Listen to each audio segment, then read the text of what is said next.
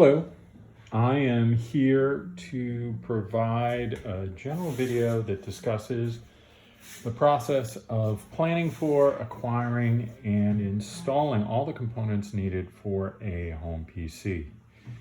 Rather than being a specific guide that has every step in gory detail, I will go over the major pain points and help you get past them, as well as discussing each step in detail. Hello. This video is for the purpose of describing the steps in planning for, acquiring, installing, and configuring a computer for home use, specifically a gaming computer. With everybody at home for extended periods of time, it's become somewhat more important for people to once all the parts you have ordered or procured for your home computer have arrived, the next step is putting them together. I'd like to basically break down the process of setting up a computer into several parts. Basically, you are going to install a compatible motherboard in a compatible computer case. You are going to install a CPU chip onto that motherboard. You are then either going to install a CPU heatsink that comes either with the CPU or one you buy that's aftermarket, or more recently, you can install some form of water cooling, either closed loop or some more elaborate system, depending on what your needs or desires are. After you've installed some cooling for that CPU, you're going to install a video card, and then the remaining components on the computer, which are the hard disks, memory, and then tying it all together with a power supply and the various connectors that come with it. Once you put all of that material together and you verify that the connections work appropriately, you are going to power on and load the Windows operating system after verifying that the components are recognized by the motherboard BIOS. In terms of equipment that you need, it really is flathead screwdriver, a Phillips head screwdriver, and then also a PC wrist strap. One end will go to the side of the computer case and the other will go around your wrist. There are relatively few opportunities for you to get into trouble when you're assembling a PC, but one of them is discharging electricity inappropriately while you are touching the motherboard or one of the components. You know, when you lay all this equipment out, the prospect of putting it all together and getting it to work seems daunting. In reality, it really isn't. There are pretty much three things that you need to be aware of that are potential pain points in this process. The first is on the case, mounting a motherboard to it. That'll be your first challenge. Once you've done that, one of the next pain points is going to be successfully installing a CPU onto that motherboard and then attaching a heatsink to it. Whether you use the stock heatsink that comes with the processor or some aftermarket solution. Finally, you got to make sure all the connectors work. So most power supplies have anywhere from 6 to 10 connectors.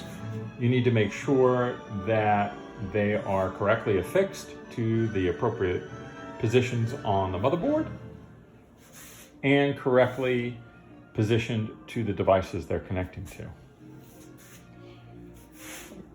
You noticed I didn't mention video card or hard disks or memory or even OS.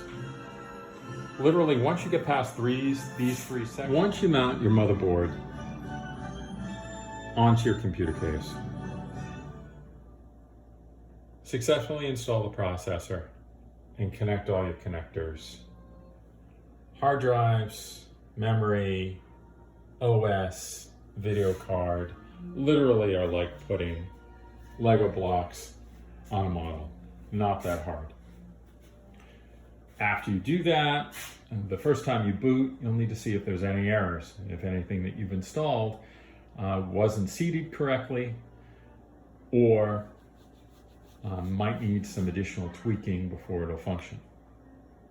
But that's it. So let's dive in, and we'll start with the case and the motherboard installation.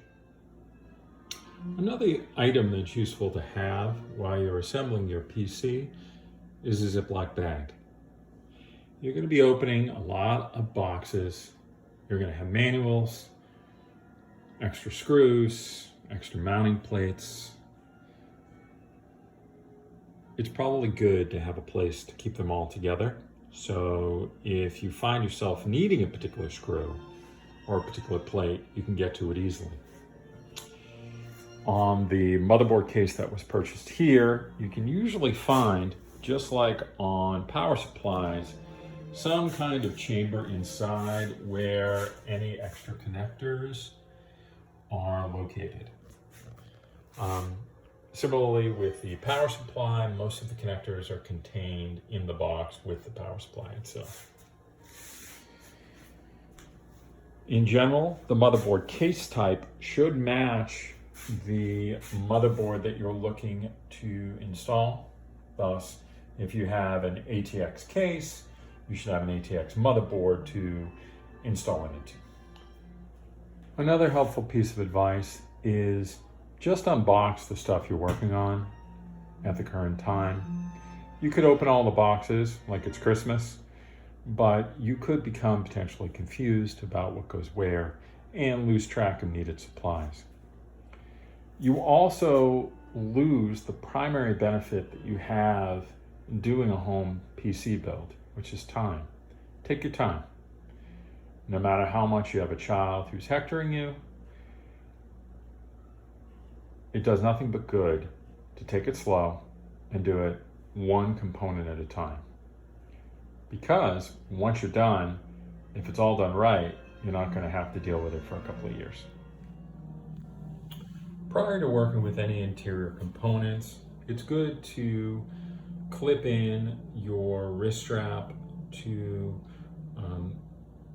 the metal side of your computer case to ground it, so that when you're working with electronic components, there is no risk of static discharge.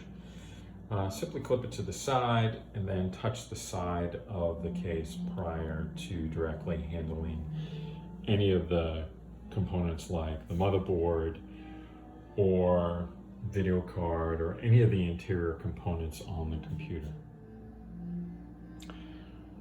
One of the first steps we'll take is to mount a motherboard into the computer case we've selected. In this case, I'll be using an MSI B5050 Mag Tomahawk keyboard. Most of these motherboards are specific to the processor. So you want to get a Ryzen motherboard for a Ryzen processor or an Intel motherboard for an Intel processor. Also, the motherboard usually conforms to the case type. So in this case, this is an ATX motherboard fitting in an ATX case. There is very little need at this point to actually put in all the ancillary connectors that go onto a motherboard. Everything from like the ready light to all the fans. What we really want to do is we want to securely mount our keyboard, our motherboard to the case, and do that in a way that doesn't introduce static electricity. A good approach to take once you have unboxed your computer case and your motherboard is to take your motherboard while it's still in its protective wrapping and having attached a grounding strip to your wrist. Place it initially in the case so that you can get a general idea of what orientation it's going to take, and if there's a need to move any components out of the way in order to accommodate the fit of the motherboard. In general, once you have your motherboard unboxed and you've determined where it's orientated in the case, make sure to handle it by the edges until it is physically placed and the standoff screws have been installed. There are several locations on the motherboard where you will install screws provided with the motherboard case, with the computer case for your motherboard. Your computer case will come with a variety of screws that serve different purposes. Some are for connecting with the standoffs that are on the motherboard you get so that the motherboard is securely connected to the computer case. Some are spare standoff bolts that are used to provide electrical separation for the motherboard from the computer case. Others are for mounting the power supply. Still others are for mounting brackets. It is useful to spend a few Ziploc sandwich bags just to separate those out so that you're able to clearly work with the right screw for the right task. Moving over to the motherboard itself, you'll notice there's a number of holes here. Those holes all need to have the motherboard standoff screws that are included with the computer case installed. Those would be these screws right here, and they correspond generally to that kind of shape. Most motherboards will have anywhere between